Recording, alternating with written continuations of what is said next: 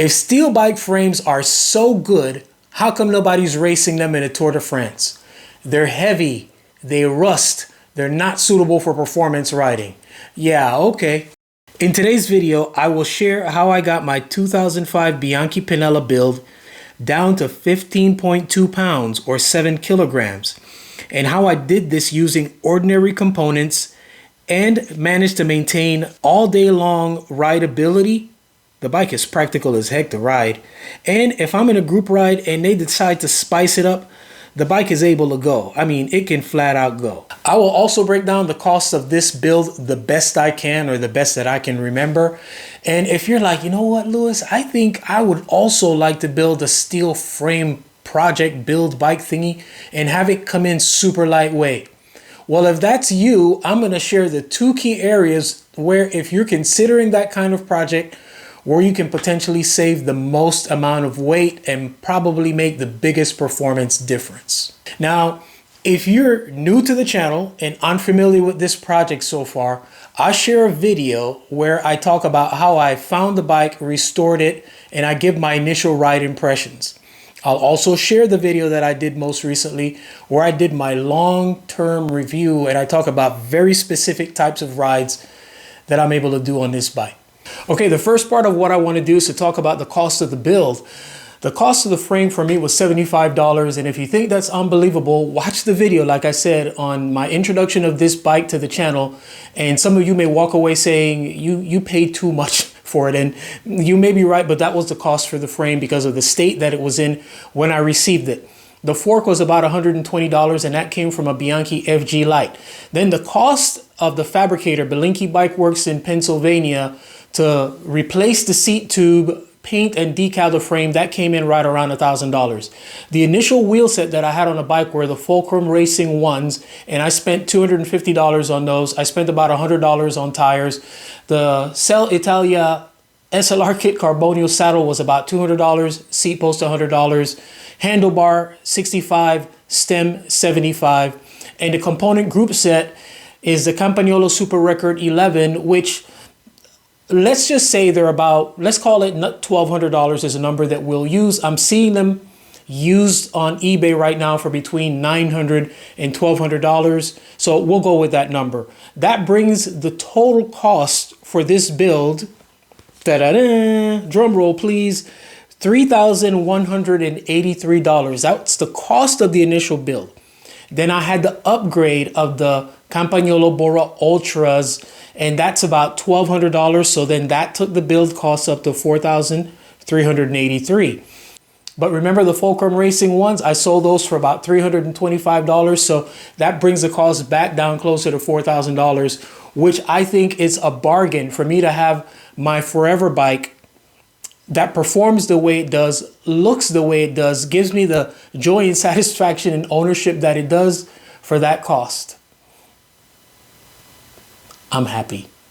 Now, when putting together a project like this, a lot of thought needs to be given. You can't just start slapping lightweight components on your steel frame bike build, hoping that you're going to be able to hit these weight thresholds, because one of the things that I think is very important for this type of project is to make sure that the bike performs well and that it's very rideable.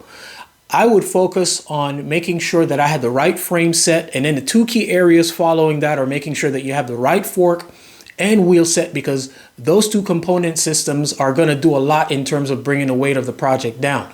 Now, the obvious thing about a frame is we want one light enough, so I'd focus on a steel frame that comes in under 1,800 grams and is built with a 1 1/8 inch head tube. The reason for the 1 1/8 inch head tube is because it's going to open up a lot of options for you in terms of being able to find the right fork to help to keep the weight of the project down.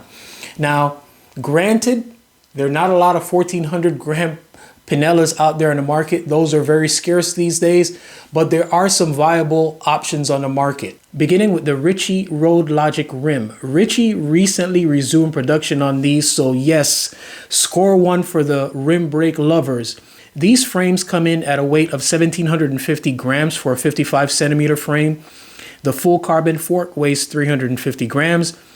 The good thing about this build is that it's able to take up to 30 millimeters tires, and the cost is about $1,600. I would consider that to be one of the better options out there.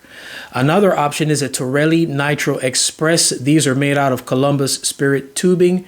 Frame only comes in at about $2,000, but that's probably because it is handcrafted in Italy and is made out of Columbus Spirit tubing. Now, if you know of other contemporary manufacturers that are building frames coming in around that weight threshold with a 1 1/8 inch head tube, please let us know in the comment section below. If you wanted to complete this project using a used frame, I would focus on something like a Reynolds 853. It's going to make your job really easy to find one of those built out of 1 1/8 inch head tube. Fuji, Jamis, and Marin were some of the manufacturers that I know made those. And when it comes to forks, you're easily able to match one of those frames with something like an Easton EC90 SLX or a Reynolds Wuzo. I think that's how you pronounce it. Really nice pairing. Make sure that you get yourself a nice Chris King headset though, in nice anodized color to really set your build off. Next, focus on wheel set. There are plenty of options in both carbon and aluminum, clinchers and tubulars. We have the Mavic family. I would look at something like the Cerium series or the X-Salad if you can find those. For fulcrum, you have the Racing 1, Zeros, or Knights. And then there's the plethora of carbon wheel sets. Like I said, both clincher and tubular. And I would not discount taking a look at some of the direct-to-market options from China like the Hyperloon or the Elite Drive.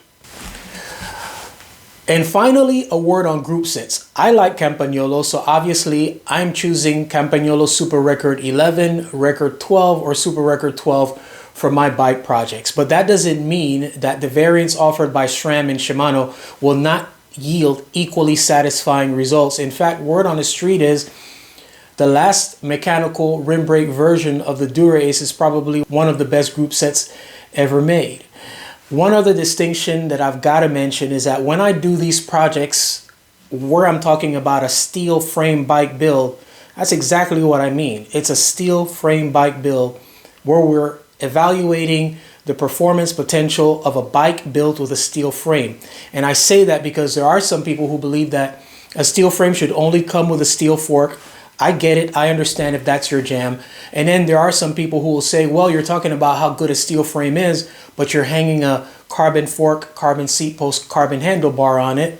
And yes, that's because I'm trying to maximize the performance of it, because I understand that different materials will exceed in certain applications, and that's why we do it.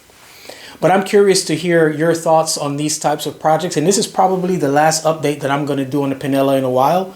We've got other projects that we're getting ready to embark on.